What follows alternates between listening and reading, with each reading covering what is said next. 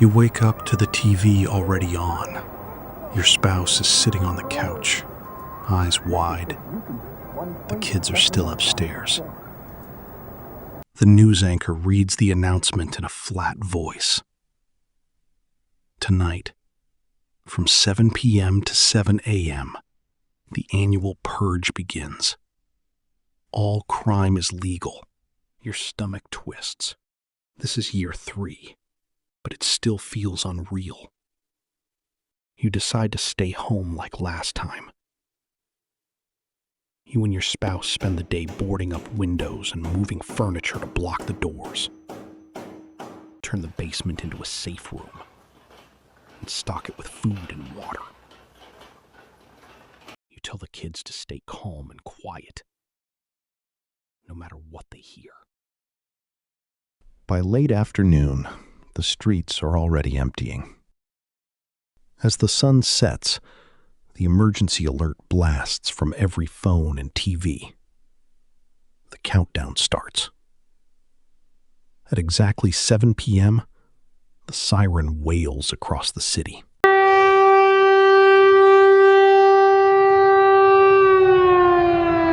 Purge has begun. For the first hour, it's almost quiet. Then you hear the first gunshots, a few blocks away, then screams. Then the sound of breaking glass and running footsteps. You stay in the dark basement with your family, listening. Around 9 p.m., you hear people trying to break into your house. They're banging on the boarded windows and shouting. One of them starts kicking the back door. The wood cracks. You realize they're going to get in. You grab your family and move fast. You slip out the side door into the backyard while the intruders are still forcing their way through the front. You run. You cut through backyards and alleys, heart pounding. Your kids are trying not to cry. You keep them moving, ducking behind fences and parked cars whenever you hear voices. You make it 2 blocks before you see a group of people coming down the street with flashlights. You pull everyone into a narrow alley and press against the wall. The group passes so close you can hear them laughing and talking about finding supplies. You don't move until their voices fade. You keep going. The neighborhood looks like a war zone already. Broken windows, cars with doors hanging open, smoke in the distance. You decide to try reaching your sister's house a few blocks away. You cut across a park.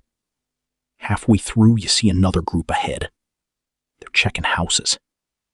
You and your family drop behind a row of bushes and stay completely still. One of them walks within 10 feet of you.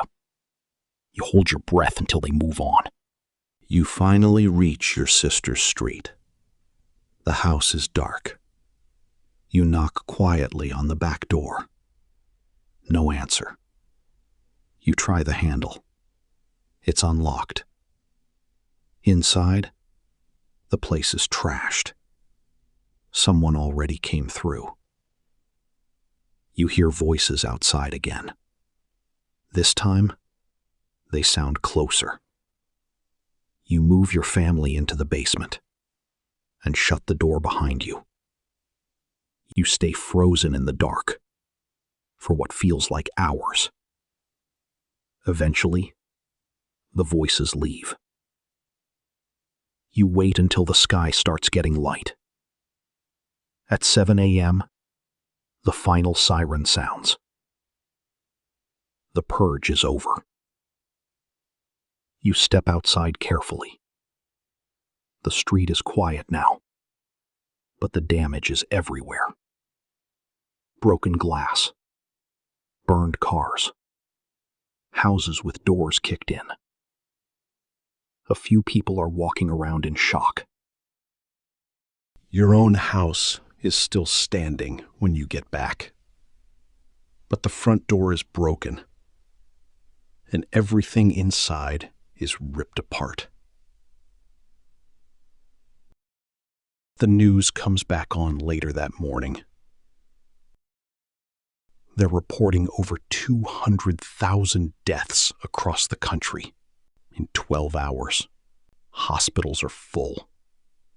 Politicians are already calling the night a necessary release. You look at your family. You're all still here. But your neighborhood doesn't feel like home anymore. People are already looking at each other differently. There's no trust left. You survived the night. But you know next year could be worse.